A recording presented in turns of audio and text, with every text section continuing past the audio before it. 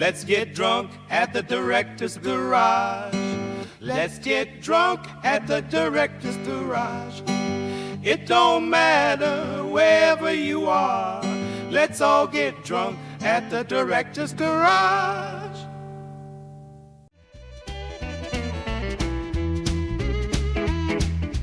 I know this show is supposed to happen on a Wednesday, but I got drunk and couldn't make the gig.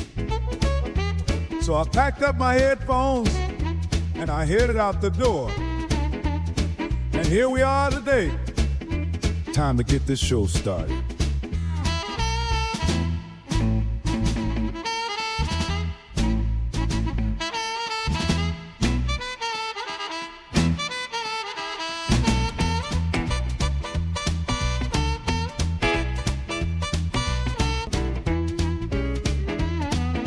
The whiskey's pouring, grab yourself a beer. Everything's ready, the director is here. Time to get loose, join the entourage. Let's all get drunk at the director's garage.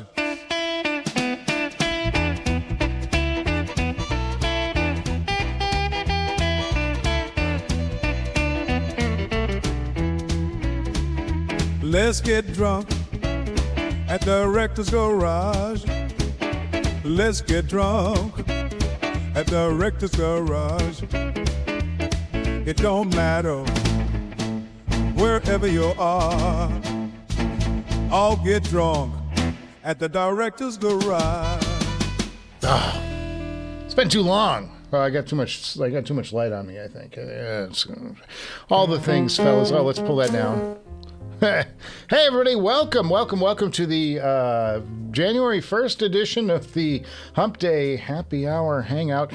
It's not the Hump Day though. This is the Ori 3.0 that I reviewed or unboxed in the last one. I've been working on the review for this one. I've got another headphone that's ahead of it. Did some editing over the holidays. Hope you got Happy New Year. Let's start right there, please. Missed you guys. Here we are. Spent some time over the holidays doing some listening. Found some new music that I really enjoyed. Didn't know I would, but I did. And did some editing. I was hoping to get an episode out before Christmas. As you'll see when you see the episode, it's like I'm referencing like, hey, if it's just in time for the holidays, and it's like, well, the holidays are over. But I got really busy going into the holidays, and that's a good thing. So, sold my Abyss. Abyss is gone. It's out of here. And I sent the proceeds of the Abyss to Ray Samuels, and my amp is paid for. I'm very happy to say that. So thanks, Ray, for the solid. Totally appreciate that. But, I thought we'd do it today because yesterday it was kind of messy and raining, and the wife and I kind of went out and did some things, Mrs. Director. And today I'm like, well, it's still kind of rainy, and let me just do a live stream today, and otherwise it's gonna be tomorrow, and whatever. Got a package we're gonna open in a little bit. Just check it out, see what came. Not really sure, don't remember what I ordered, but it should be there. It should be something worth looking at. How are you guys? What did you get? What have you guys been listening to? What have you guys been doing? What have you what's exciting in your world? I've been doing some listening. I discovered a group called the Hot Sardines. I know, right? The hell's a Hot Sardines? I love this band. It's kind of a Dixieland throwback, modern take Dixieland throwback. Loved them. Thought they were so good.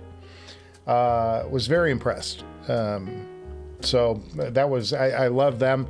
I also found Carla Bruni, a vocalist. I think she's brilliant. There's an album called, let me show it off because I thought it was so good. For the holidays, but it's not, it's just so much more than that. It's just a fantastic album. Hang on, let's find out. I'm not prepared as usual.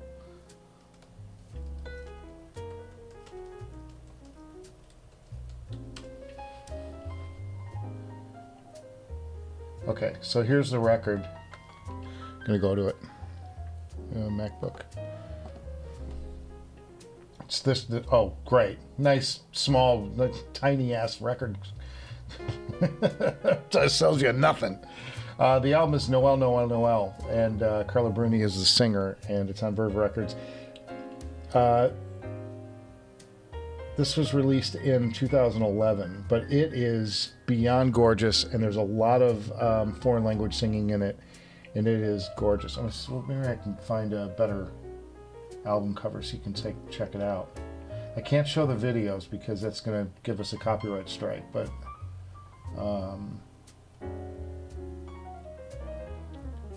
will this give me a full screen? Maybe there's something on Amazon. Here we go. Guys, check this record out. It's so worth it. It actually doesn't play like a Christmas album.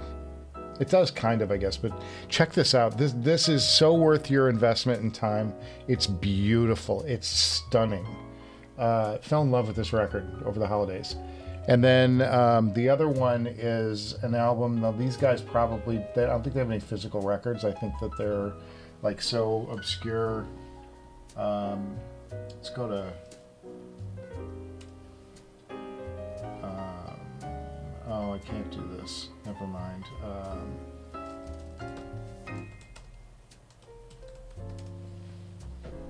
The group is called the Hot Sardines, and check these guys out. They're freaking fabulous. It's a Dixieland kind of thing, but it's so worth investigating. They've got a female lead singer, and it is fabulous, guys. Fabulous. These are some of the things I've been listening to over the holidays. What have you been listening to? What have you? We usually get a little downtime here. It's a chance to check out your new gear, or your old gear, or discover some new music. What are you guys listening to that's exciting? Because I want to know. I want to know. Put it in the chat. But a good time all the same. Cheers, everyone. Happy New Year. I'm glad we all made it. I am so happy to see 2025 in my taillights, in my rearview mirror. We couldn't get out of last year fast enough. It was not a great year. It wasn't a great year for the show. It wasn't a great year for my wallet. It wasn't a great year for employment. It wasn't a great year for my cat. It wasn't a great year for my neighborhood. It was just like, go. We're done with you, 2025. You can go on your merry way. I'm going to open this thing. Let's see. Just want to get some light pointing down because I'm going to open this little package here in a couple minutes. And it's this package right here. What'd you do New Year's Eve? We stayed home and watched movies.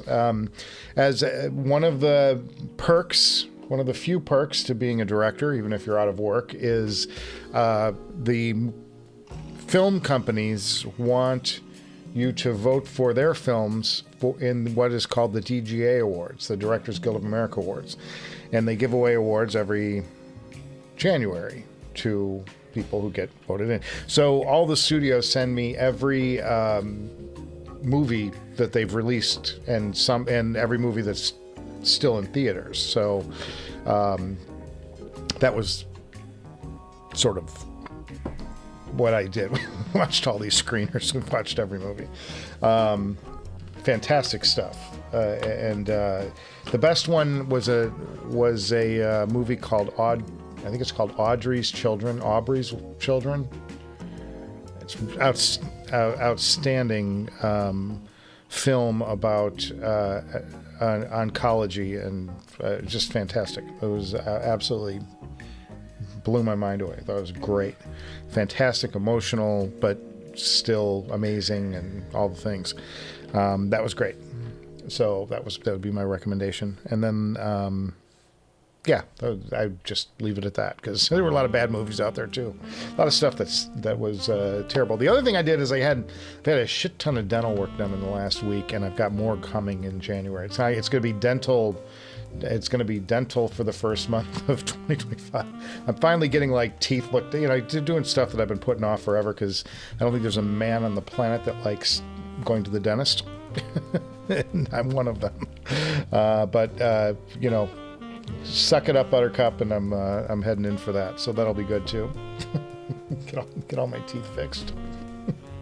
But other than that, I hope you guys had a great New Year's. I hope you're having a great time. I hope you had a great holiday. I just kind of thought I'd turn the old camera on here and come on and see what's shaking in the world, and see what you guys are up to. And maybe we get a bunch of viewers, maybe we'll get none, and maybe you guys will watch this later. Maybe you're watching later tonight. But I thought I'd just give it a shot and see if anybody was interested. Of course, a lot of people are probably watching football right about now, I would think. I haven't seen any of the games.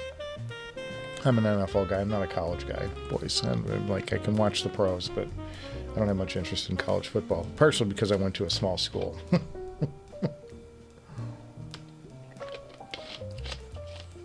So, there you go. All right. Sorry. I was out, we went out to pick up a table from a used table for our dining room. My wife found one that somebody was selling, and she's like, I want that. And I'm like, okay, fine. So I took off and I drove all the way out. It was like 40 miles from here. And I drove out there, and I got back like literally 10 minutes ago. So I'm like, she wanted the table set up. She wanted it. And I'm like, babe, I don't have anything turned on in my office, and I'm going live in 10 minutes. That's why the AC/DC sign is not lit, because I have pulled the battery off of it for some other project. And normally that's on. Like, this is all just hacked together at the last possible second, this whole live stream today. So, but I did want to go on because I do have this. Let's get this rolling. I don't have any viewer photos to show you. We'll go into the chat. Put your comments in the chat as we roll along as usual, and I will get to those in a bit. But I did have this with me, so I thought it would be fun to take a look. Let's see. Sony. New merch. This is from the merch store that I haven't seen.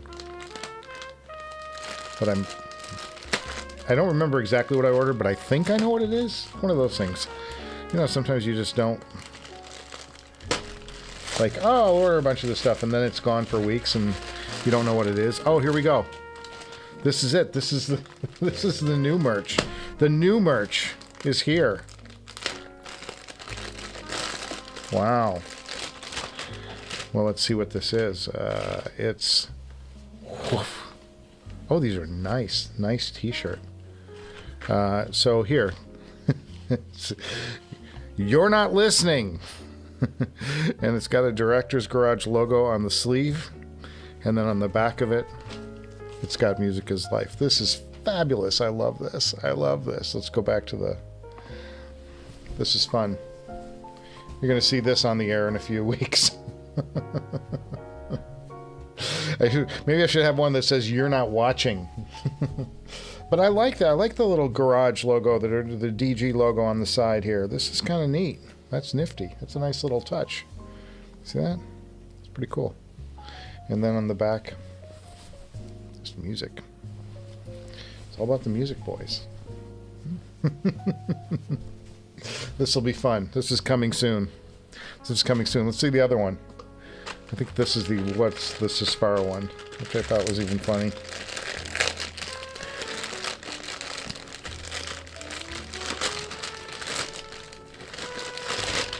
Yeah, here we go. It's basically the same shirt, but it's got a different phrase on it. There you go. I almost did What is Sespara? But I went this way. Again, Director's Garage on the sleeve. Back's got Music is Life.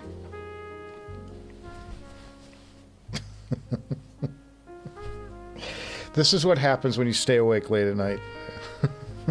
You come up with t-shirts. This is also one of the newer line. This is the microphone. The 77DX microphone shirt. Just like these smaller, understated things that make people go,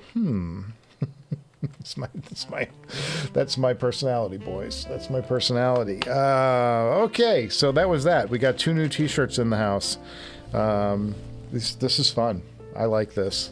This is a good time. This will be good for business. You can find all this stuff, by the way, at where the hell is it? Like, I'm a great promoter. I introduce this stuff and I don't tell you where you can get it. Guys, put me out of my misery.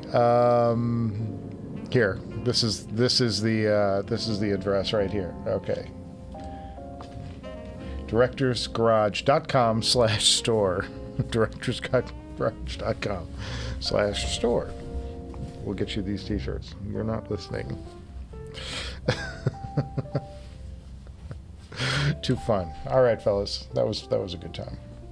Let's get to some chat here. It says this may not be a terribly long live stream. It doesn't seem like we've got a lot of people coming in. Nobody's talking. So let's see. Binary feedback. Cheers, brother. Happy New Year. Happy New Year to everybody here. This is great. Here at the right time for what feels like an age. Hey, everyone. May your 26 be nuanced, detailed, and expressive, and with expressive dynamics. I will settle for sane. May your 2026 be sane. I have the door open because it's a little hot in here, so I'm sorry if you're picking up a little bit of the aircraft flying over. It should be a little quieter today because New Year's Day, there's not as many flights going on. Anyway. Binary feedback. Revisited the album Slush by OP8 and Lisa Germano. Okay, let's look up Slush. Oh, yeah. Slush.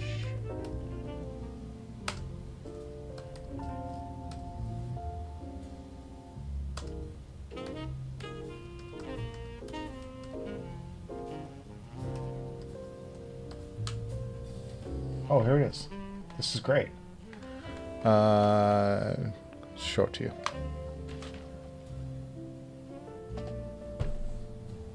Slush is the album.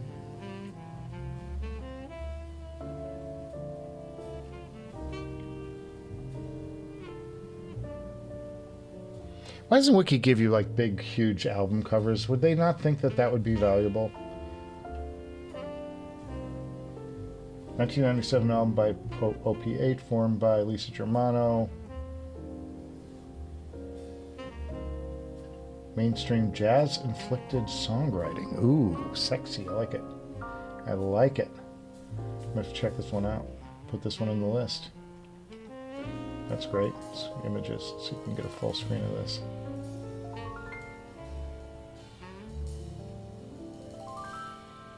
There's your album cover. Very nice. Very cool, man. Very cool. Something to check out, boys. Put your recommendations in the chat for albums if you've got any. I've been like I said, for me, my 2 albums this year so far. If you missed the top of the show, Hot Sardines is one of the groups, and then the other one is an album called Noel, Noel, Noel, featuring Carla Bruni. Check that album out. You will not be sorry. It's gorgeous. It's one of the best things I've heard. Period. Also, Augustus Pablo. Let's check that out. We're doing rep music today. Why not? We don't spend enough time on music. We spend too much time on gear. I'll die on that hill.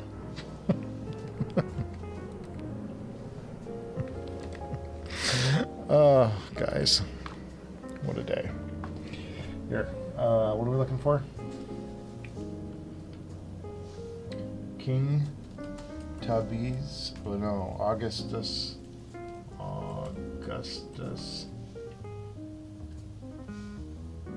Pablo. Ooh.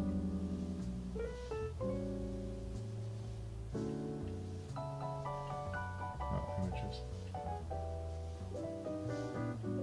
Augustus Pablo. Reggae. King Tubby's meets Rockers Uptown. really spacious and wonderful instrumental dub reggae album from the late 70s.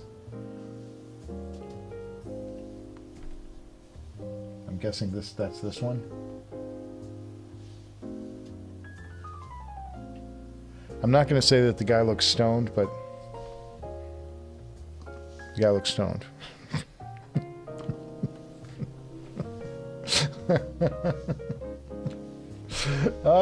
Too much fun. That's great, though. I love reggae. Reggae is just such a great, wonderful, soothing sound. You can listen to reggae. It's great. It's great music for dance, for foreground, or for just chilling.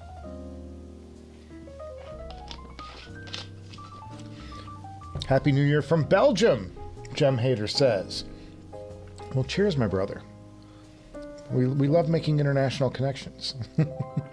We love the connecting flights.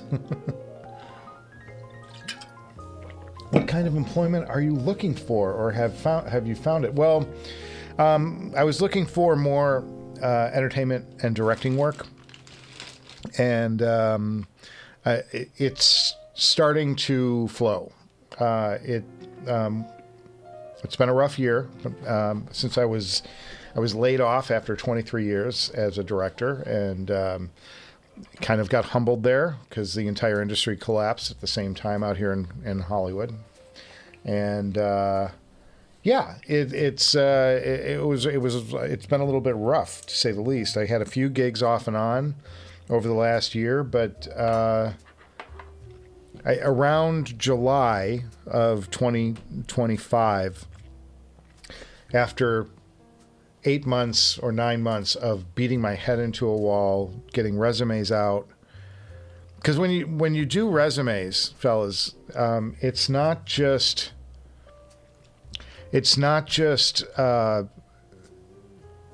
print up a resume, send it to the company. It's a whole thing now. You have to customize a resume for the job.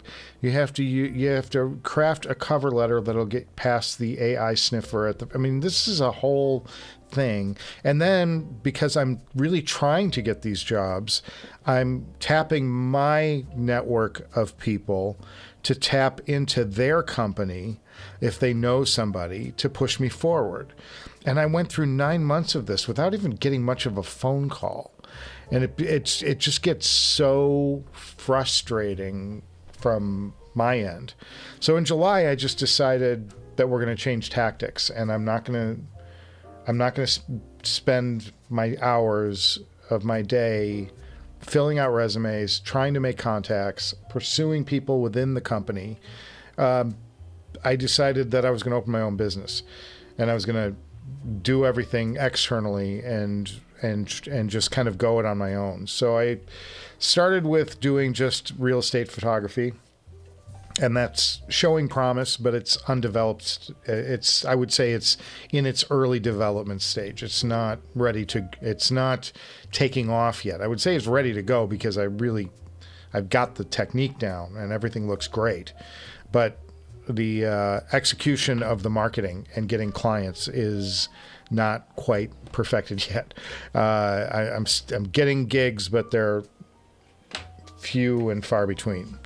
And I want to build a business here. So that's sort of where that is at. But then what I did was I revamped. I had the website, directorsgarage.com, which was the original store for this show. And I thought, I need to build a brand to sell myself, to sell my services, directing, editing, shooting, all of it. And I can start from scratch as something else, just my name, or I can make some other company, but I've already got a brand that's got some micro recognition, or as my wife would say, nano, some nano recognition. Smaller than that, and that's fine. But I'm like, why should I start from scratch? Let's take what I do here, which can be representative of what I can offer professionally. Certainly, I mean, you can see the way I put together shows, see the way I do a set, see the way I set my cameras up, I light a scene, all those things. Why not take that and leverage that into a wider business? So I stripped the website down. I moved the store off to a tab within the website, which is why you now see, shameless plug, directorsgarage.com/store, because if you just went to directorsgarage.com, you'd find my media services company. And so that's what I've been doing. So, and it's been working. I got booked for I have a corporate gig with a company out east that hired me to do a 9-minute video for them from nothing. I built it all within AI and graphics. And then I did I spent a week with a TikTok star who came out to LA and wanted to get some additional footage of herself doing her thing for social media. So she hired me for a week to follow her around, which is great. Had a good time doing that, and we got great footage, and she left very happy. And then I started working with a company called AmeriCorps doing AI evaluation, which is exceptionally complicated stuff, and it gives me a headache every time I do it. But that's sort of the other thing I've started. But that can be, I'm not looking at that as a main the AI stuff as a main career. I'm looking at it as an adjunct to my other production efforts and what I'm doing. So there you go. That's my 2026 outlook. I got a lot of legwork to do. That's the bottom line. But there you go. Happy New Year from Belgium. We did that. Happy New Year. Ryan Dietz in the house. Ryan had one of the top headphones of 2025 in his revised tungsten. Ryan is the owner of that company, if you did not know, of Mod House and the tungsten. And he did a version 2, released it. It was a great headphone. I got it in here. As good as the original with tastes great, less filling. So there you go. It's a great headphone. So finally, other people. Because it was just you and me having a what are they, where you just hit the ball against the wall like a racquetball. Like a racquetball game against each other. The two of us. Solo game of jacks. So fun. Question about bad recordings and higher end gear. Is there a point where it becomes too resolving for bad recordings? I think there is equipment that is forgiving, and I think there is equipment that is not forgiving at all. And I think it depends on the gear. A case in point would be the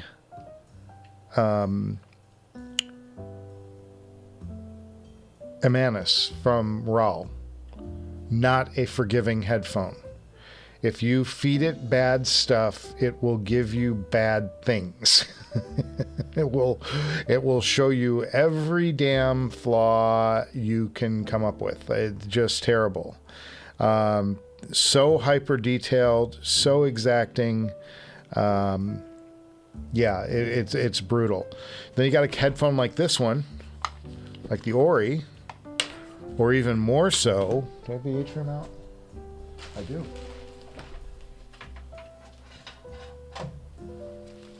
This headphone here, ZMF Atrium, one of the most forgiving headphones you will ever find. It just can take anything, and it will make it into. It'll smooth over errors. It'll make things. I wouldn't say sound better. It just not as noticeable because they're not as resolving. So if you're listening to crappy files, you probably don't want to be putting on your higher end stuff. I'm so happy that I sold that damn Abyss. I was just thinking about that because that was a smoother headphone. But I'm like I'm so thrilled that I sold that Abyss finally. That was so cool, and I sent Ray off a check. My B21 Raider is paid for, fellas. Very excited about that. I was so excited to be able to do that. And Ray was so generous to me to be able to pay him off. Is like, whew, what a great man.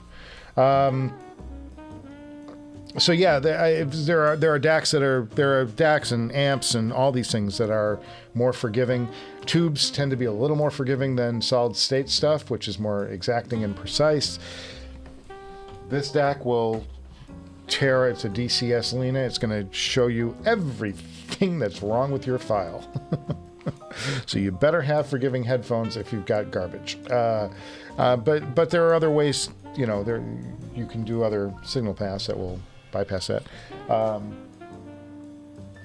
This Alnick DAC right back here, that from Danny McKinney, that's a DAC that is a little bit more on the forgiving side, I think.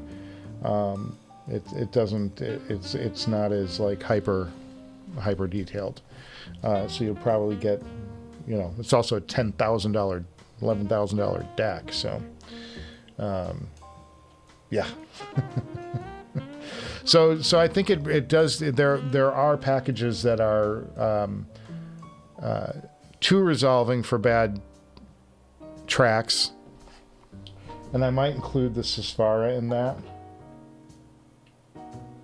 Sesfara is a very revealing headphone. I think there are some that are out there that would be more that are definitely more on the like analytical side, and they're going to show you your mistakes. But definitely the Raw Manus, and the Magna for that matter.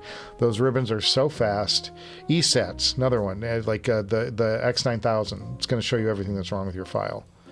Even though it's not like a perfect sound itself, it will show you everything that's wrong. Meze, headphone that will totally give you breaks on if you feed it bad stuff. Meze is a slower headphone. It will give you a much better experience on bad tracks. And bad source gear. You'll have a better time with that. And this was the whole thing that when I was on with Brian from Wave Theory, we did that thing. My whole point is that you can't buy a headphone like Raw Manus and put it on a $4,000 or $5,000 DAC or amp. It's just not going to give you. You're not going to get out of it what you put into it. You paid 10 grand for this headphone. You need a $10,000 amp and DAC. I mean, I've seen, I've frankly, and the only reason, I'm sorry, I'm jumping thoughts because I've got all this stuff popping in my head at once. I should take some SSRIs.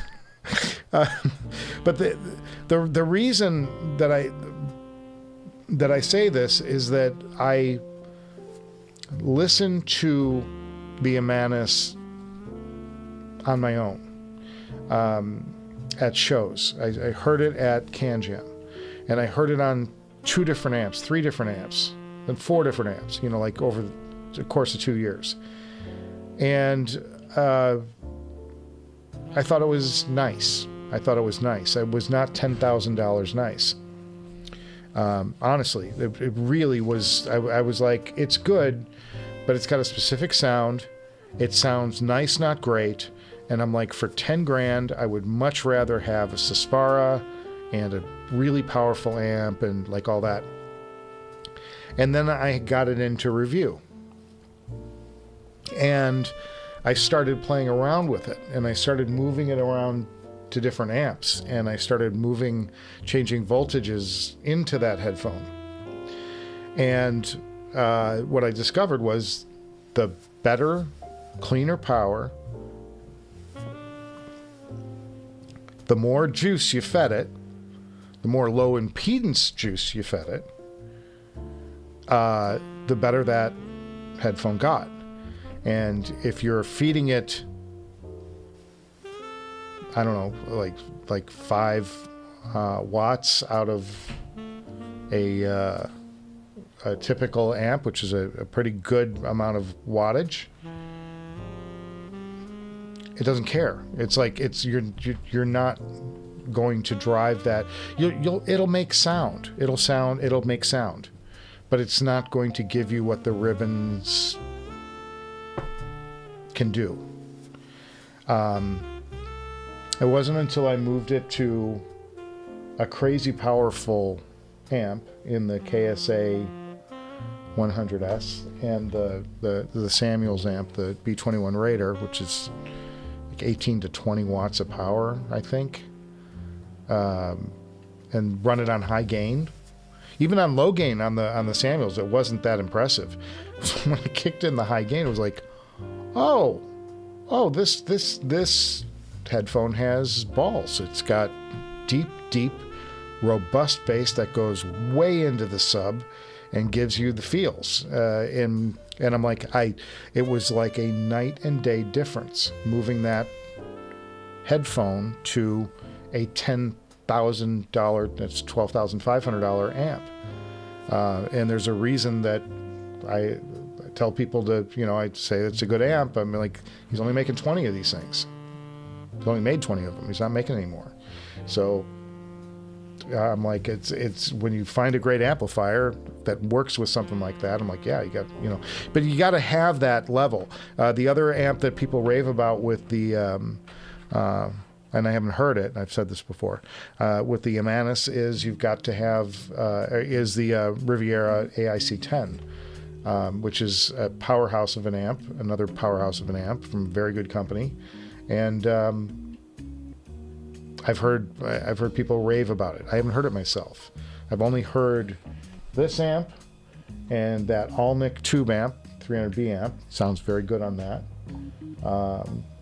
I prefer it on the Samuels amp myself, my opinion. And I also liked it on the Krell, but I liked it on the Krell with, using the speaker taps on that 100-watt amp. I liked it for softer material, not harder material. I thought it actually was too aggressive. The Krell got too aggressive on like metal and like stuff that was really hard, EDM, like stuff that was really driving and crazy. I thought that the Samuels amp had more control. But if you've got like, I don't know, Fleetwood Mac, or you've got, a jazz something or other, that the Krell was great with the Imanis. It was phenomenal. It was just the harder stuff, the stuff that needed a little more aggressive punch. I felt that the Samuels had much better control and more power on reserve to make those big changes quickly. My opinion. I could be wrong. Listen to you. And I also say use your own ears. Go out and hear this stuff. Try and get on a tour. Try and get, get yourself into a position where you can hear these amps and these headphones, because you can't take our word for it. I mean, just because I've heard a lot of it, I think it's interesting, and it gives me a certain level of like, oh, you've heard a lot of gear, and I trust your ears. That's why Danny lent me this stuff. He wants my opinion on it. It's not for a show. He's not trying to sell anything. He just wants my opinion on it. But that's because I've heard so much now, and I've had the opportunity to figure out what's more ideal or less ideal, at least for me. And I seem to have a lot of people who agree with my taste. You get on, you just have that opportunity to hear more, and you learn more. So always, if you got a chance to hear any of this stuff, get out there and hear it for yourself. All that from one little thing. Your website's store link is actually store-home. Is it really? I thought you could get there from /store. Huh, you're right.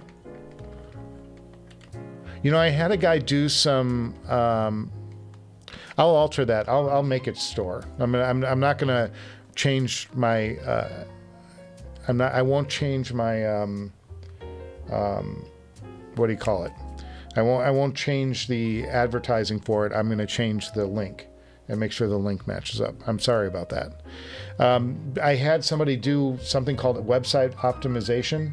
I have no idea what this is. It's some kind of voodoo thing, but I paid him like, I don't know, $100 or something to go through and optimize my website. I was like, all right, whatever. I guess it just makes it like more searchable or something. I honestly don't understand how it all works. I do my best to get shows out. I'm not successful. Speaking of which, I like your long form YouTubes. Is it possible to timestamp them? Would it make it easier for viewers across the pond? I don't know how to do it. And it's like, yeah, I mean, I see your point.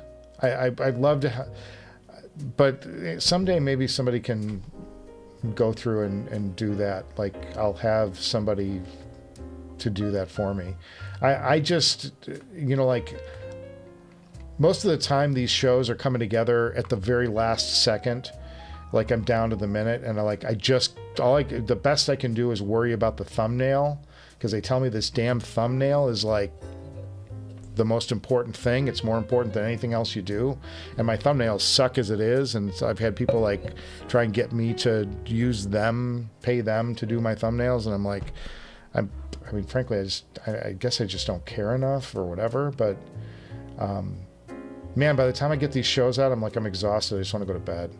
Like, I need a nap, because it's so much. It's like giving birth. Every one of these is like giving birth, because I put a lot into them. I put a lot of effort into them. I hope that shows. I've got the one I'm working on now will be a lesser production but more interesting episode. I'm excited to get that out. I'm about maybe halfway through cutting it. I haven't been diligently spending hours and hours a day editing over the holidays. I've been trying to spend more time with my wife, do some things, get outdoors more, do some walking, watch some movies, just unplug a little bit. We had like the hardest year you could possibly imagine, and she's never off work, and she's taking time off work, and spending time with her is important to me, you know. I have an Atrium Open and Mojo 2 looking for a solid state amp suggestions. An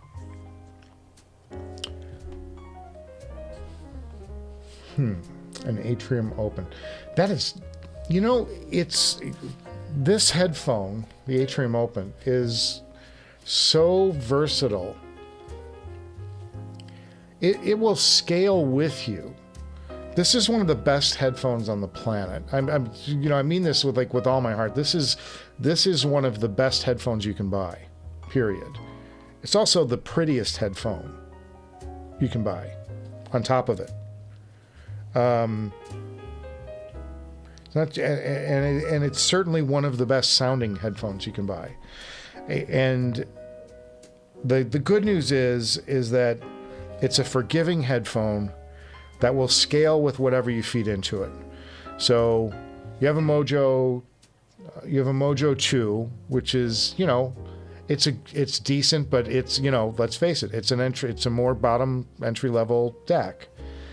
If you have the money to jump up to a Yggdrasil or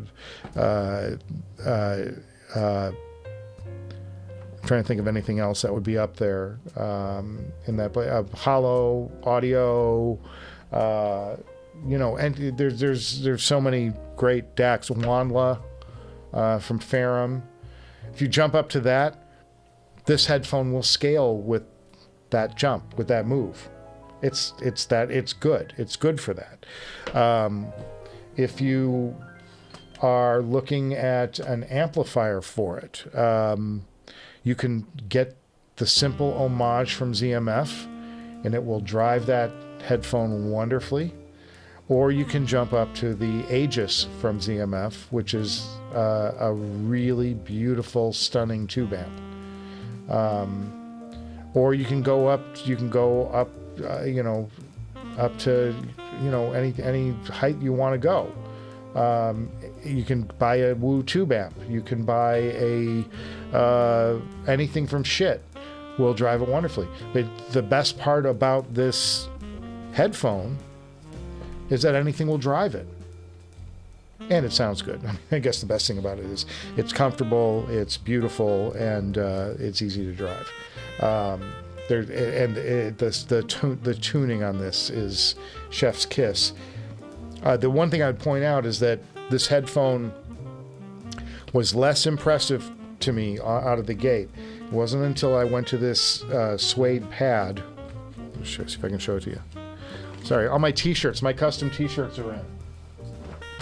Plug those again before we're done here. These are suede pads, that perforated suede that I got from Zach, and they changed this headphone fundamentally. I am not a crazy pad dude. I don't think that pads will... I think they generally don't like correct things if you've got a big problem. This proved me wrong. This made me look like a bigger idiot than I already look like. The Atrium Open with the suede pads solves a lot of problems. It solves a lot of that really made a difference. Wave Theory collaboration was great. Really enjoyed that. Yeah, it was fun to do. I mean, I don't think we have like similar tastes, which in some ways makes for a better discussion, because we definitely have different opinions, and we were, you could see where I was like, we were talking about the Amanus, and he was telling me that he had it on an LTA10, linear tube audio 10, and I'm like, well, it's I think it's 8 watts, 5 to 8 watts, not enough, not even close to enough. I listened to it on the Viva. I'm like, well, the Viva tube is definitely not enough. We know this. This is what they were demoing it. They were demoing that.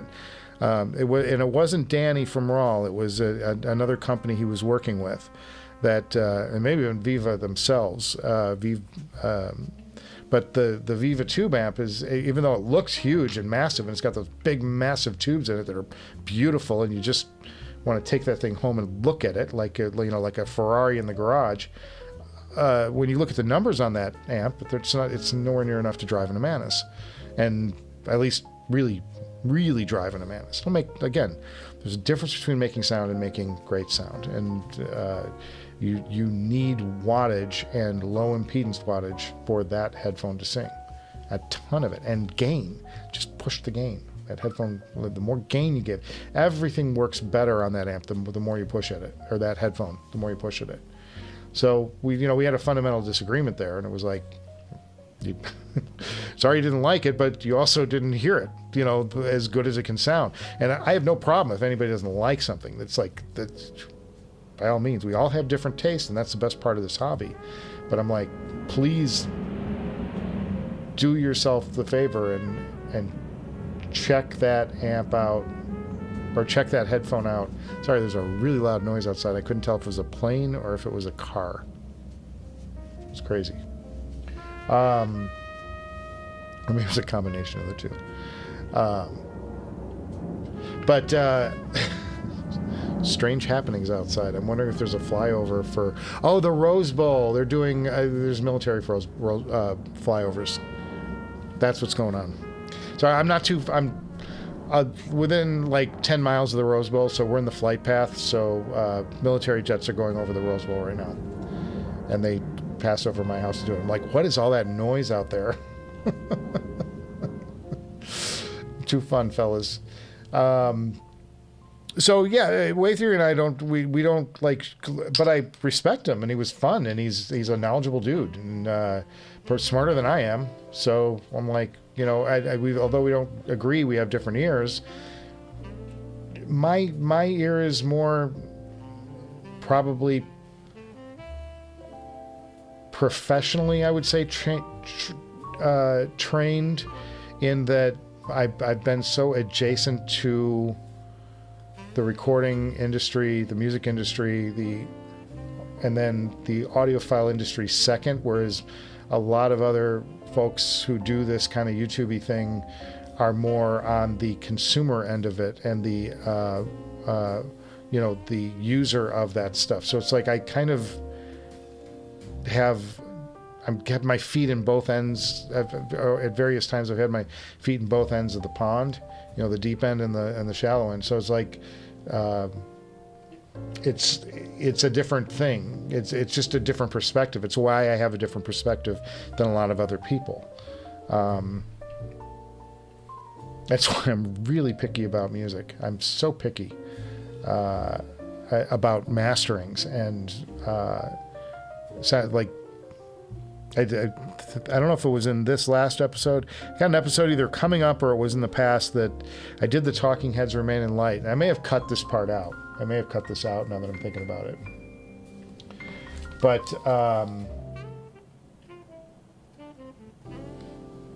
sorry, 2 seconds.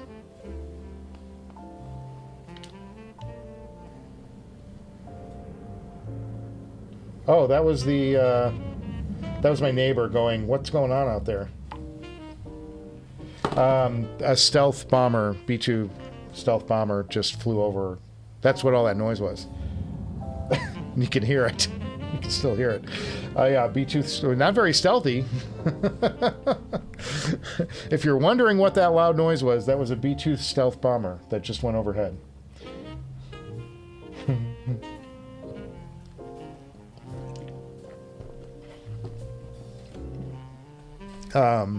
So funny. And cool.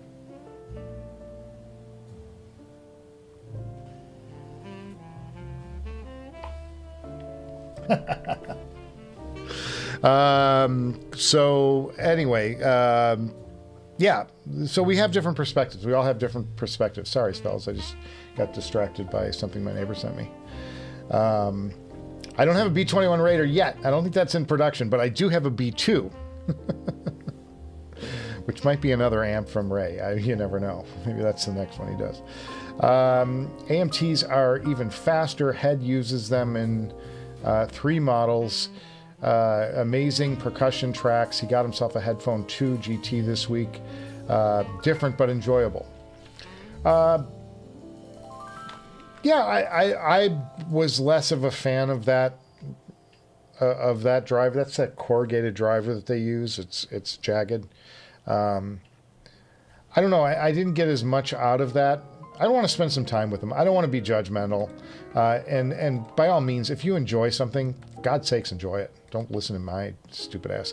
But I heard them at Can Jam 2 years ago when they first came out, and I thought they were okay. They didn't like grab me. Like, oh, I have to have this headphone.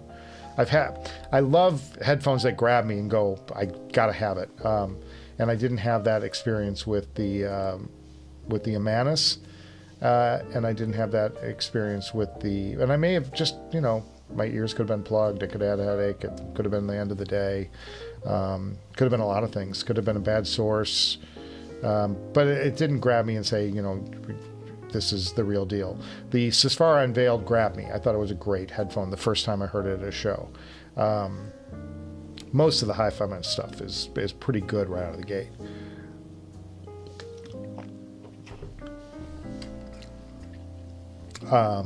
But it didn't make a huge impression on me.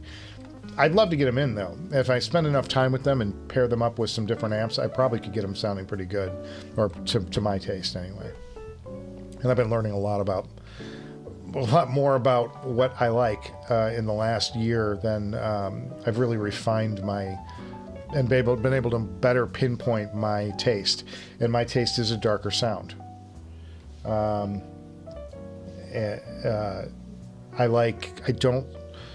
don't like aggressive treble, and I don't like hyper detail. It's not to say I don't like detail. I don't like it when it's jumping out of the signature and batting you about the face, saying, hey, look how much detail I have. That doesn't work for me. I don't like that sound. And that was what the Chord chain was giving me. It's got fantastic detail. It's got hyper detail. It's amazing stuff. The Chord Mojo, either the Chord Hugo 2, TT2 plus the M scaler, which it was made for, is an insane amount of detail, and it shoves it all in your face. And it took me a while to realize that that's not something that I want. It took me a good year or two with that combination before I went, you know what? I want something that's a little more laid back. Like the detail, I don't want it shoved in my face. I want space. And I want space around the instruments. And that's why I fell to the DCS. That's what the DCS gives me. Is DCS perfect? Probably not. There's probably something else out there I like, and I hadn't spent enough time with the Mala Tambaki and some of these other DACs that are fantastic DACs north of $10,000 that I don't have any money to buy anymore because we're broke. But it's fun. Nephilim is amp slinging in his new year. Hi, gents. He trimmed some fat. I did too. Sold the shit Kara. 4 amps was a bit much for his chain, and the Kara was the weakest link.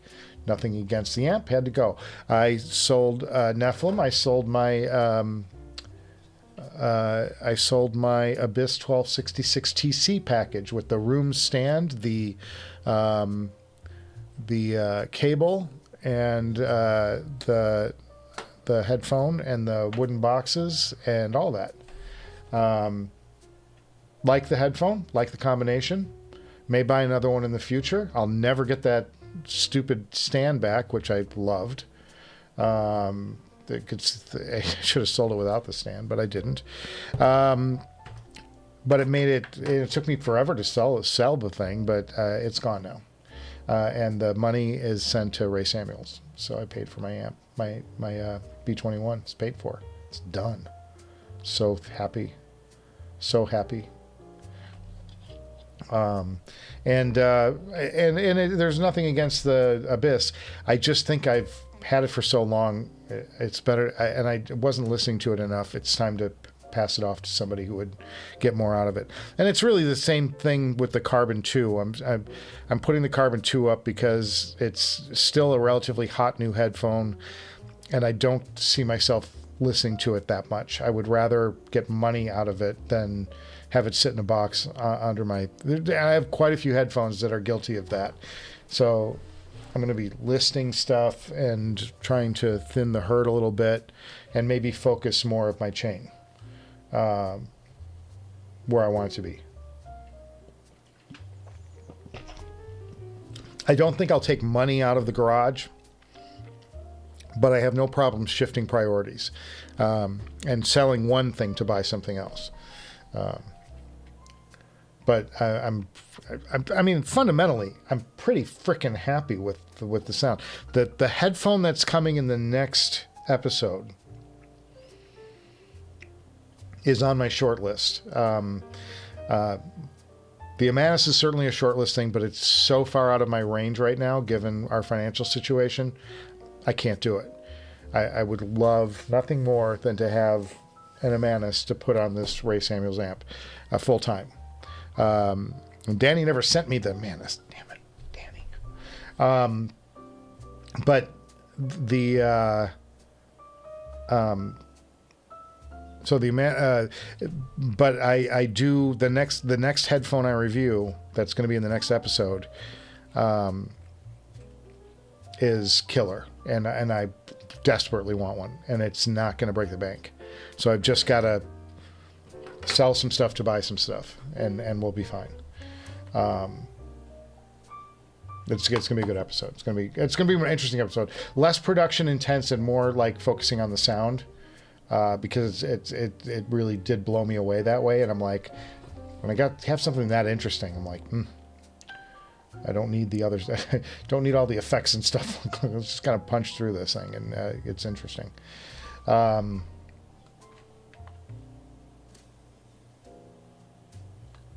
right, let's get back to the chat. Sorry, guys. So yeah, we were talking about the head, and that's and Neff sold his shit Kara. Howdy, gents. Happy New Year. Happy New Year, hipster Kyle. Good to see you, Sergeant. LCD-4. Yeah, I love the LCD-4. That's still right there. It's right there. The LCD-4 is right back there. I was listening to it the other day. Pulled it out. Why not? Doesn't look too different. Their Slam Tech, I expect they've tweaked the DSP. I'm guessing we're talking about the headphone.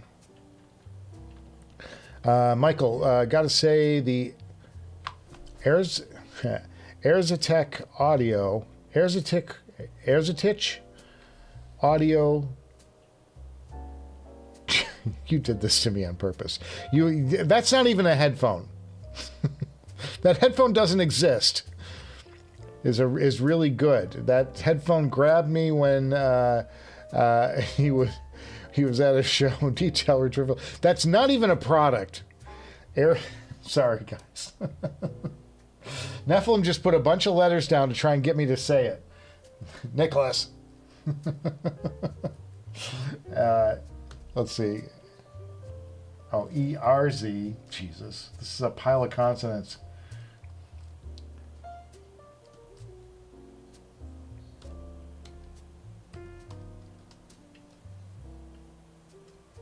All right.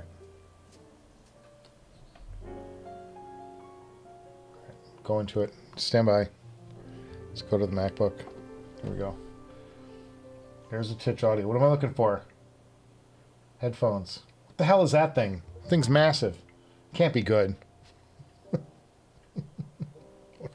What am I looking for? I'm looking for the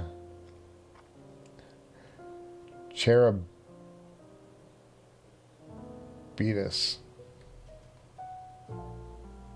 Here we go. €3,000.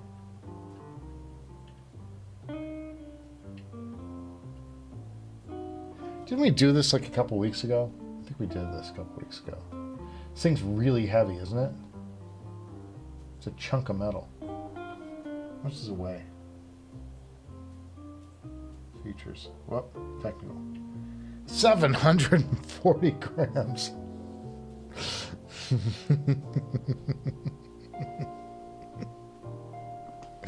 Yeah. I'm ready for this headphone. Do your shrugs. Yeah.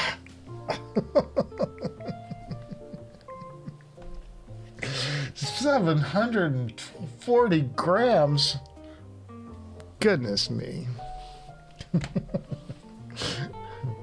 I'd like to hear them someday, but that's amazing. Wait till you see the next episode, guys. I'm so excited about it. It's just like, and it'll make sense later. I don't want to give too much away. It's really good. Yeah, great sale. I needed to. Do you plan on getting any brand new head amps in for listening? Like I know what you're saying. You're getting at it because they've got the new head amp has the new amps. That I'm forgetting the name of it, but I looked at it and how they contacted me and borrowed the photo I took for ads. Drawing a blank on the name of it, but I know what you're talking about. I don't have a good link to head amp, so anything I want, I'm gonna have to buy. And I've tried to like convince them to let Justin Wilson come on the show, or stop by the Hangout and be a guest, because I love his take on things, and he won't do it. So he's just not, he doesn't like doing that kind of thing. So I don't know if we'll ever get together and I'll get one in or not. Maybe somebody who owns one would send one to me and I could review it. I don't know. I'm such a small show still, though. It's like, like everybody's got like 20,000 or 50,000 viewers and stuff. I'm like, I've got subscribers. I've got like 6. So it don't matter.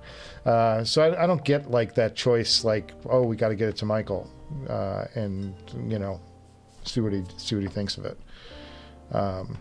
The way that they do for other reviewers, like Zeos or whatever, because he's got 100,000 viewers or whatever it is, subscribers, whatever they call them.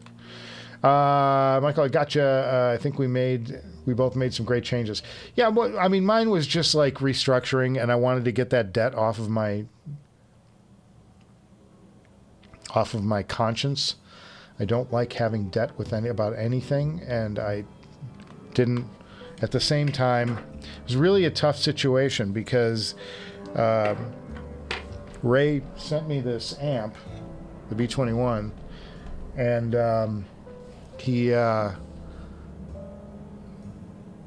and I was going to buy it. And I reviewed it, and I'm like, I want to buy one, but then I lost my job, and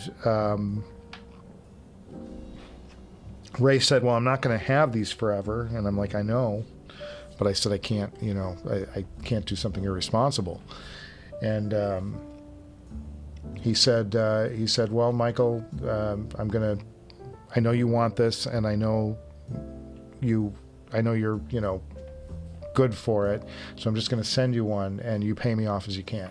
So I sent him $4,000 last year, and I just sent him a bunch more money this year, and I'm very thrilled.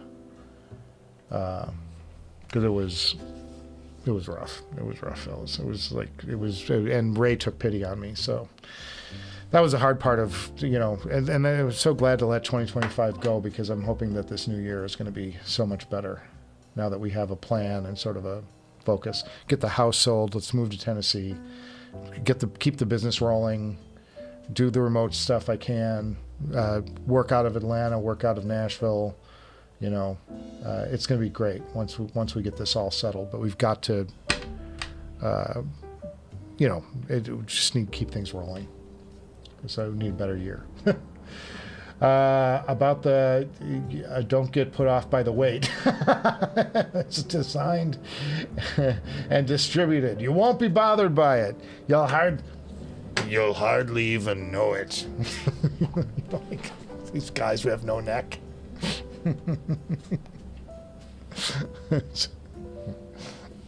Yeah, I lift where I do my neck curls every day so I can wear my headphone.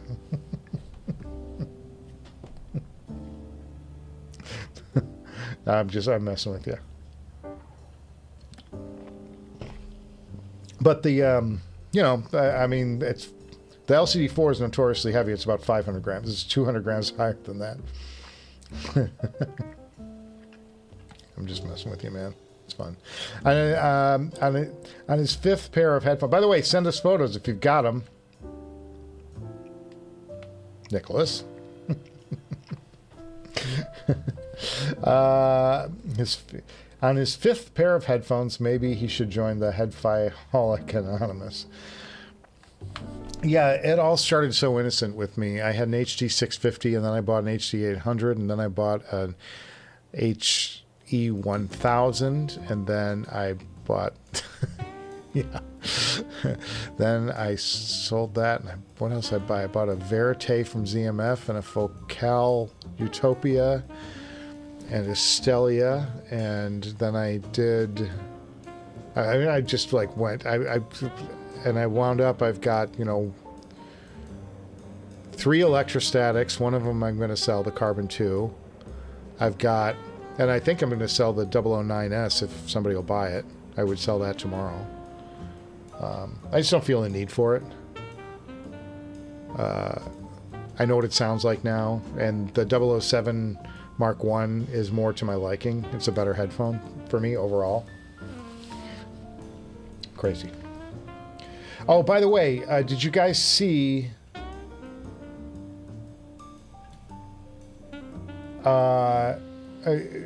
binary? I see you say Audeze. I got an email saying that the 5th of January, or it's the 6th. Let me look up real quick. There's Audeze's releasing a new headphone. And I'm assuming because it's Consumer Electronics Show, it's going to be in the Maxwell line. January 5th. And it says gaming and evolved, so it's going to be a Maxwell version. It's going to be something from the Maxwell. But that's coming on the 5th of January. That's one of the things about 2025. Maybe we should talk about this a little bit before we go. One of the things about 2025 that was hard was that it was a relatively slow year for headphones. When you consider what previous years have brought us, we were supposed to get a new Audeze flagship. They didn't guarantee that that would happen, that they would release that flagship. They never confirmed it, but they did indicate that it was coming and that it would be out before the end of the year. They said they're going to have something major by the end of the year, and they didn't.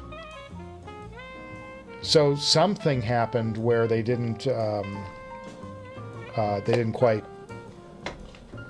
get done what they wanted to get done for whatever reason.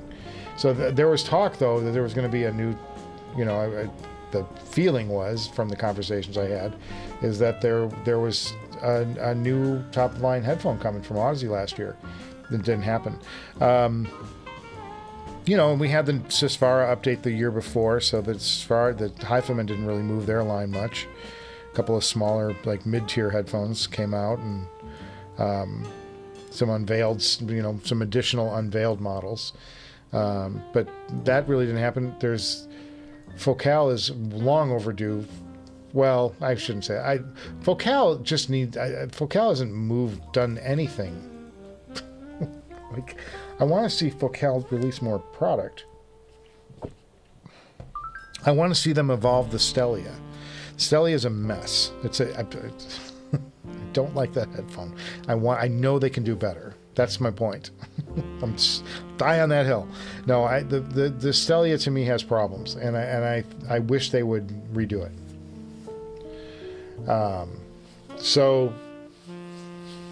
But I'm looking at the whole year. Zach had one release. I think he had the Ori, and maybe the actual release of the Bokeh Open was held to the new year, or it came out late in the year. But I remember it wasn't quite released when we did Can Jam in September of 24. So September 25, I know he did release the Ori 3 and maybe you could make the argument that the Bokeh Open came out that year. Bokeh Open is a great headphone. It's a steal, $1,200. It's a steal of a headphone. But the Ori, I have mixed feelings about this. This isn't my perfect headphone. It's a nice headphone, beautiful headphone, and this is like the average cup. Got to see what they're doing with these things. It's pretty phenomenal. But there's a review coming for this, and I think I have some problems with it. Overall, that's not a criticism. I think there are people who love this headphone, and I'm I can see why. I see why you like it. But just hear me out on why it's not working for me, especially with my particular hearing needs, and how much I don't like bright products. I'm trying to tone these down. I've been working with Zach to try and do something to, and we did the screens on them last time, and the screens didn't seem to really take enough of a chunk out of the brighter end of the spectrum on that headphone. We'll see what happens. Nephilim saying he's telling me how do you pronounce that? Charadis is incredibly wide and detailed and smooth. Space is what you want, the headphone you'll love. Promise you. Hope you try them. I'd love to try them. I don't have an in there, so.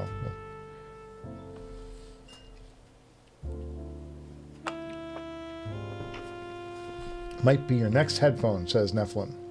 Cheers, everybody. Welcome to the new year. So glad we get to spend a little time together on the middle of the week. Love to have another headphone that can be like his D8000 and play pretty much anything without caring too much. Hipster says he still needs to hear the original D8000. He's heard the SE and the LE, but from what he's been told, the original is legendary. How about that?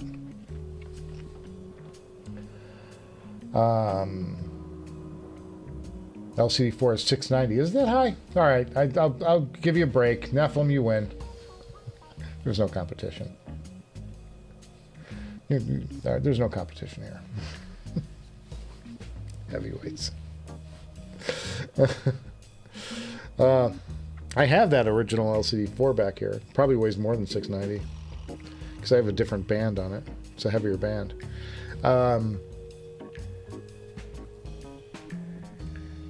Peter did say that, yeah. I'm not sure what we're talking about here. Hoping the new Sony flagship this year, they continued the MDR Z1R. Yeah, and I hope they, Rhino, I hope that they do a more ergonomic design. Because those weren't fun to wear. I had a pair here that I used, and I'm like, they were just heavy, and they had a hard time just staying in my ears. You had to put a really grippy tip on them. They were very heavy headphones, IEMs. I did not think, and I thought the sound was okay, but I didn't think they were the bee's knees. And I really didn't like the ergos on that. They were too heavy, and they were too chunky, and like contour. Boys, contour. I know you can do it. That's my feeling. Happy New Year. Someone heard the TA Solitaire P. Anyone? Bueller? I have not. Headphone show year-end review ranked the Bokeh Open very, very low. Yeah, I don't agree with those guys on pretty much anything. For a variety of reasons. I don't tend to talk about that stuff in public, but there are some very good reasons that we don't tend, our views tend not to align. I spent probably 15 minutes at the show with the Bokeh Open on the Homage amp. I was just so happy. It was such a great experience. And to think that you can get into all of that for about $2,000. And I think there are reasons that they're critical of ZMF. That's not fair. I think it's not good. But whatever. They can do what they want to do. They have their own shows. I just don't agree with them. It's pronounced Charybdis. That's what all of that meant? Charybdis. Thank you, Sajan. Thank you for clearing that up and making me look even dumber. You guys are the best, man. Cheers to everybody, man. It's just too fun. Now get out.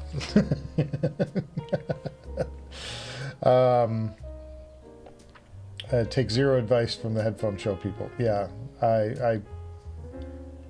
and please, I always say this too. Don't take advice from me. Like, we can discuss stuff, and I can help get you to clarity about a decision. Don't do something because I did it or what I say to do. Go out and hear it for yourself. Decide if you like it. Don't let anybody tell you that something you like is bad. If somebody is dissing something that you enjoy, they can go take a hike. You know what I mean? Like, because number one, people like to feel superior, and the way they make themselves feel superior is by making you feel inferior.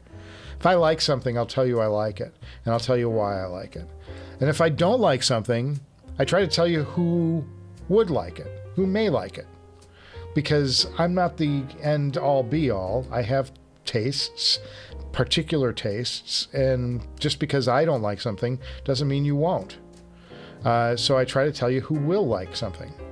Right now, as I'm running through this Ori 3.0, these are on the brighter side. They're a little more pronounced upper mid treble region. There's a little bit going on up there that's not to my taste at the moment. We're trying to do some filters, trying to change the pads, trying to do some things to see if we can tone that down. But at the moment, that's the problem with these. This headphone was meh until I found the right pads for it. You know, it's just like, but that's for me. That doesn't make any of these bad products. In fact, they're great products. I mean, you can't look at this and go, ew. You know, it's a Jimmy Fallon. Ew. This is gorgeous. This is well made. This has thought put into it. It's got, you know, planar magnetic drivers in it, and you know all the good. It's got good things in it. You know, it's not a bad product. It's a great product. Another great. It's just he's got so many, and they serve so many different tastes. You're bound to have one that isn't quite hitting where I want it to be. You know. Yeah, but Arthur, cheers to that. I mean, don't let anybody tell you what you like and what you don't like. I have no judgment if somebody came in here tomorrow and said that Beats were the best headphone they've heard, and the Studio Pro is a great headphone for them, and it does everything they want in a headphone, and they're perfectly happy, and why would anybody want anything else? Great, you love it. It's yours. Go enjoy your life. Be very happy with what you have, because there's a lot to be said for a cheaper headphone that sounds good to you. Go for it. I disagree. I think there's more things above that I can, but I'm not going to spoil. Why would I spoil somebody's joy? They have something that they're enjoying. Go enjoy it. Great. Fantastic. It's not for me, but so what? It doesn't have to be for me. I didn't buy it. You bought it. Go enjoy it. Cranky old man. When I was a kid, 380 grams for the D1R, so it's MDR. Oh, for the MDR. I was thinking of the IER. All right, fellas, I'm sorry. I got the first three letters wrong. I saw Z1R and I was thinking it was the IER. The IER is the in-ear Sony. The MDR is the over-ear. My mistake. Last Rhino. The IER is the one I'm talking about. It's like they were big, chunky, fell out of your ears. Terrible. In my experience. Did not like that experience. I was not a fan of those. I'm sorry. I'm thinking about which one's the MDR. Let's show them off because I made a mistake. Let's give them some love.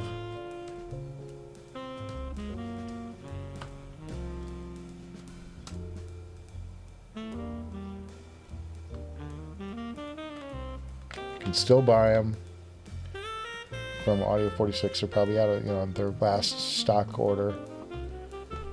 There you go. The close back. It's a pretty nice looking headphone, but it's $2,000. Eesh.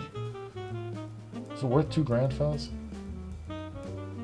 I haven't spent time with these. I thought you were talking about the Like I said, I thought you were talking about the IER Z1R. My bad. Oopsie. Just for the fun of it.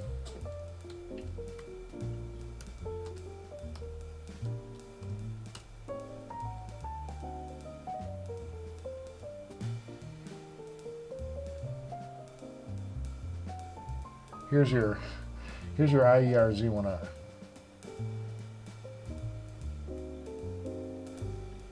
These things are huge. What you can't tell is that these things are huge. And it's got this sort of 70s vibe faceplate on it, but these things are massive. And they have weight on these. They were chunky, they were heavy. They were not a good time. They don't fit your ears very well.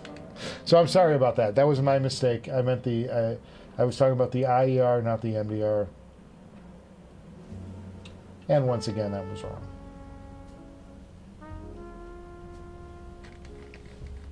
My bad. My bad, fellas.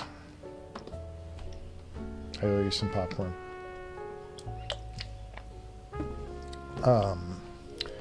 Jem says he owns the TNA Solid Chair P. Pretty good amp. What are your impressions? Definitely not Harman. Detailed bass, great resolving. Not pronounced treble. We're not talking about an amp here. We think we're talking about an headphone.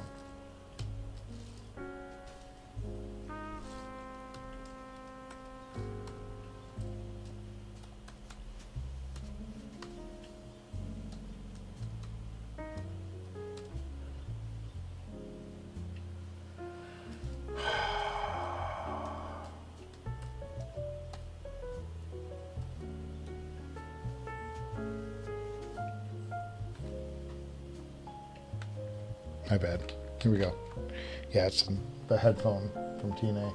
I look at this and I always think of them as a amp maker first, so they don't come right to mind. That is one expensive Bluetooth headphone.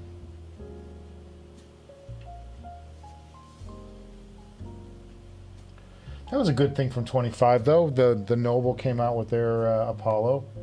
It's a pretty good like competitively priced Bluetooth headphone. I know I had that one in here that was miserable. It was fine, but it was way overpriced for what it was. I'll die on that hill. So fun. Wow. That's pretty cool. An open box at $16.91. Man, these things are pricey. If you like them, though, that's what you go for. Very good. very not Harman. Great bass resolving, not pronounced treble. Yeah, that's pretty much the law of the land for any Bluetooth anything. Even the Noble stuff. It was like, yeah, it has a lot of booty. It'll kick your butt. But they figure that you're going to be watching movies with them a lot of the times on a plane. So like if you're going to have a wireless and a Bluetooth and a noise canceling feature, like you figure that most of the time people are going to be watching movies. And in that case, you want a lot of bass. You want to be moved when, the dragon eats the lion, whatever the hell he does in the movie. And the thing by the lake. Jesus. A couple more fellas, and then I'm going to call it a break, call it a day, and set you on with your New Year's resolutions. Do you guys make any resolutions? I did not. No resolutions for me. Just to have a better year. That's what we're going to have. That's what my resolution is.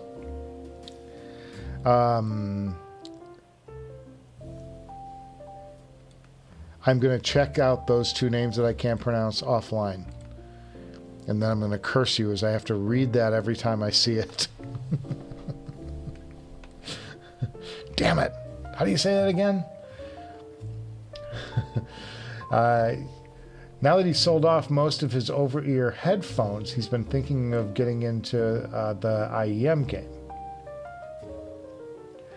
A lot of people love IEMs, and Neil certainly is our resident passion for it.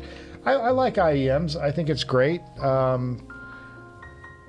I think you can get into stuff for not a lot of money, and I think it makes sense for some people. I always had IEMs around for working at work because I don't like having a whole over-ear thing and a headband at work. I'd rather have just the two buds. Worked out better for me back then. I'm not doing that job anymore, so it doesn't really matter. No problem at all. Can find it for about $1,600 elsewhere, but it will be gone soon. I guess we're talking about that one. Min Tai says he bought a Sespara and 1266 last year, trying to see what the Summit is like. Got to say, there are no perfect headphones. Sespara is lean and the 1266 is flat. Driving them with his Wu 33 Elite. What I would say about the Sespara, I can see the comment on the 1266, probably pretty fair. Gets a little bunchy in the middle. It's not smooth throughout the range. What I would tell you about the Sespara is if you've got the patience, try and listen to them on an Enlium 23R or a Bakun 13R. The Sespara is tricky when it comes to amps, the OG Sespara. And tube amps, in my experience, tube amps are not a 100% match for that headphone, in my experience. I think they need more power, and they like control, and they like a lot of juice. And very few tube amps will give you the juice that will really. And the 33, it's a hefty amp, but remember what makes. This is the thing, and I've had this discussion now with several people. In the last year.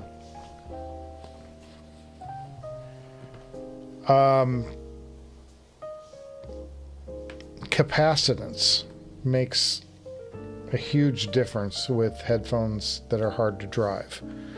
And on an amp like the Enlium 23R, if you open it up, there are big, huge, fat, fricking capacitors. And I think there's four of them, as I recall. Bam, bam, bam, bam.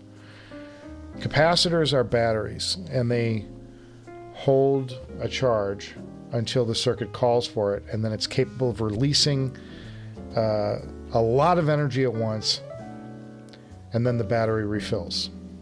Recharges for the next time it's asked. And it does this very, very fast. Better capacitors do this very quickly. That's why getting good capacitors can cost you a fortune to get the fastest capacitors that can move a lot of energy out and in quickly.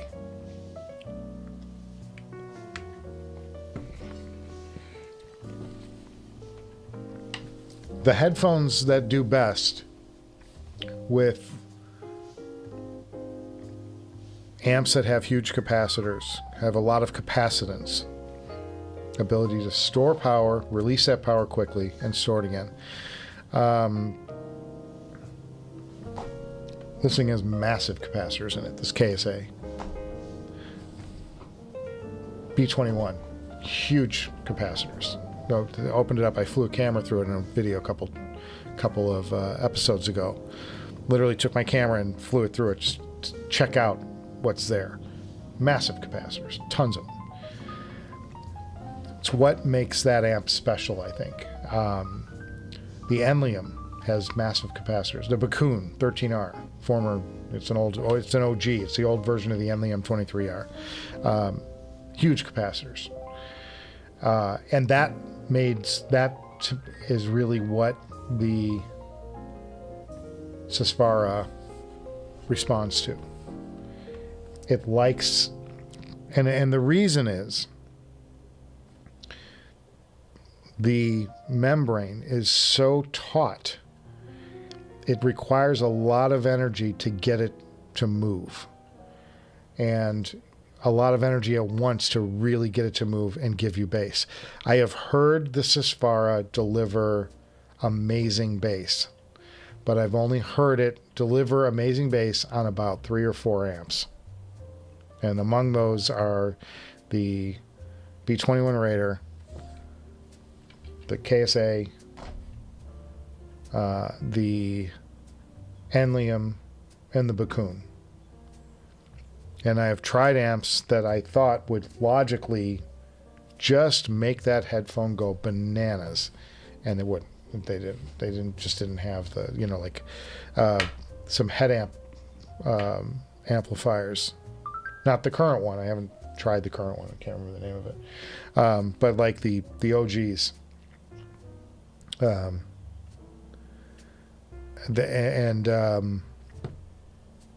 Yeah, I don't know. Just my experience. Now, that's maybe you have different experience and you found out some other things that works for you. In my experience, I'm telling you, like the amp makes such a difference on that headphone. And I'm not sure the Elite will do what you want it to do. Because I've heard the Susvara have fantastic bass. I haven't heard it on that headphone, on that amp, make fantastic bass. The OG Susvara. All right. A couple more guys, and then we're going to go, because I gotta see my wife. She's upstairs being patient with me. No problem at all. Can find it for about $69. We did that.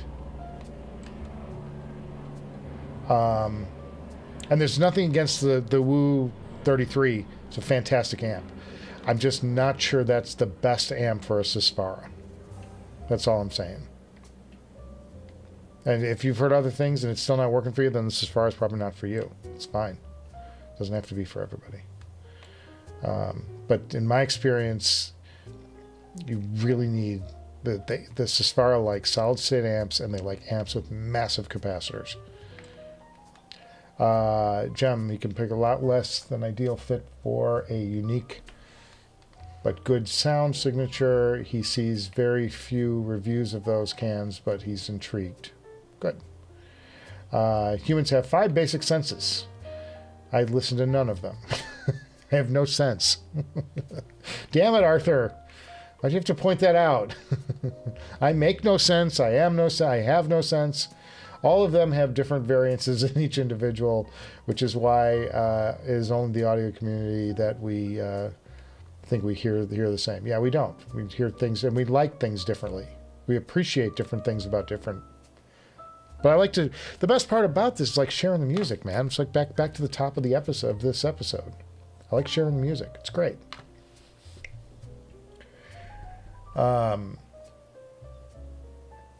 Really is. It refused to sell it. Put a bit of EQ.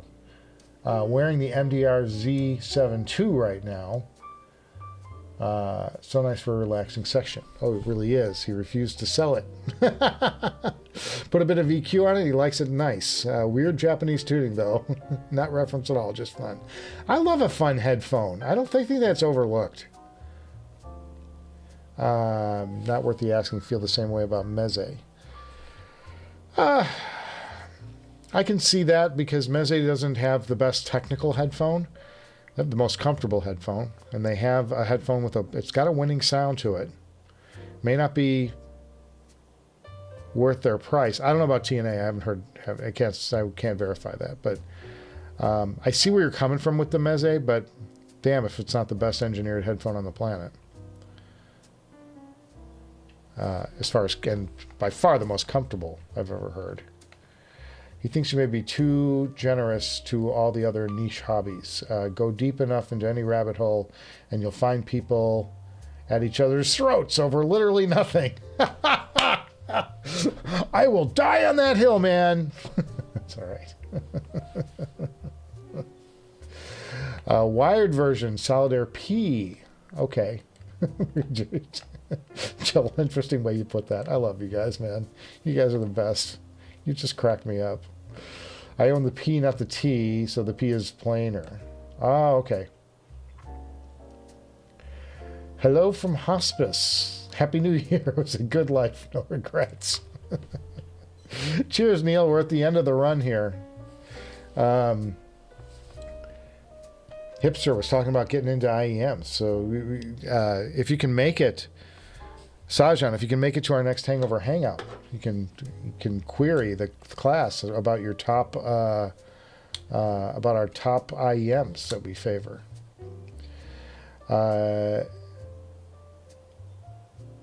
Nephilim says he would sell all of his headphones except one for the Noble Audio Chronos. IEMs are great. I thought the Chrono. I listened. Make sure you listen to that headphone that IEM before you buy it. That's all I'm going to say. I love Noble. I love everything they do, but that headphone has a lot in common with the Viking Ragnar, in that it has all the details, every detail you could possibly want and more. It's too much for my taste. I think it's too much. I like a much more relaxed headphone, like the K10L or the Sultan, which is still my favorite IEM of all time. I love the Sultan. It's a bassy, fun, relaxed, gorgeous, dimensional IEM, and I regret getting rid of that. I should have kept it. But what are you going to do? And I like the ones that Neil and I tried out at the Can Jam a couple years ago. Sorry, guys, got an itch.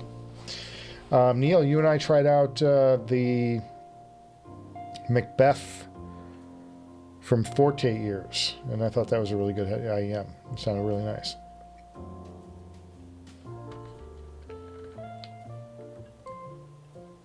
And Neil's got some cheaper stuff that we should check out too. He likes tipsy audio stuff. Michael, how about this? Your WA5LE with a step-up transformer to drive the Amanis. Good. Does 10 watts, I think. It does 8 watts. I thought it was okay. I didn't think it was great. I thought that this Alnic 300B amp is better, but it should be for about twice to 3 times the price of the WA5LE. And tubes matter. The Takasukis are better tubes for it. But it doesn't, remember too, again, I mean, like capacitance. And I did have black caps put in that, the WA5, so it sort of, I thought it was okay. I didn't think it was like the best I'd heard. By far, the B21 just ran circles around everything that I've heard from my experience. LE pushes current well. It pushes even better that I've got the black caps in there. I did the full-blown upgrade package from Jack when I had that amp rebuilt into a 2 from a 1.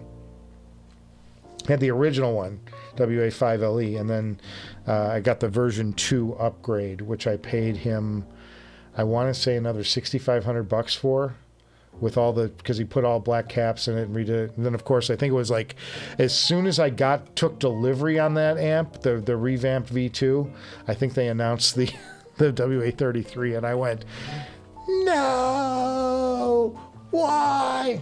He'd probably give me a deal if I did a trade-in. I like the amp. It's good. Guess we're reaching the tail. I've had the tail for a long time. Have a great start to your new year. Cheers, everybody. Are we getting out of here? It looks like everybody wants to go home now. They've all had it with me. Guys, I want to thank you guys for being around and hanging out with us on the Director's Garage happy hour. All the live streams we do. We do the happy hour during the week for the YouTubes, and then we do the thing over on Patreon for people who want to see each other and show each other shit. It's really a great time, and love that. Head over to that, join the Patreon if you want. But I want to thank you guys for all the participation. It's always a pleasure, and you guys always add so much to the discussion, and you correct me when I'm wrong, which I appreciate, because nobody likes to be wrong. And it's been a great year. It's been a great year for the show, but it's not been the kind of year I want to deliver to you guys, which is a lot of episodes with a lot of different things and trying new things. And, you know, it was not the content year I'd hoped for. And maybe we'll get back now as work is picking up and we're figuring out what a new life is going to look like for us, a new living situation if we get this move done to Tennessee, and then more work or more rewarding work, all of that stuff. These are all things that, you know, enter into. We're just hoping that 2026 brings us a little more warmth to our tuning. All right, guys, I'm gonna get out of here. Cheers, everyone. Thanks for 2025. Let's make 2026 a much better year on all accounts. All right, how's that sound? All right, but thank you guys for sticking with me.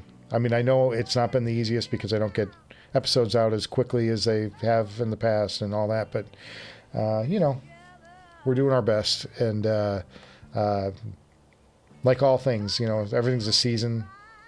And I think feels like we're getting close to the end of this not so fun season. So I want to thank you guys for hanging out with me, and have a great new year, man. Go enjoy some football and bowl games and good food. Cheers.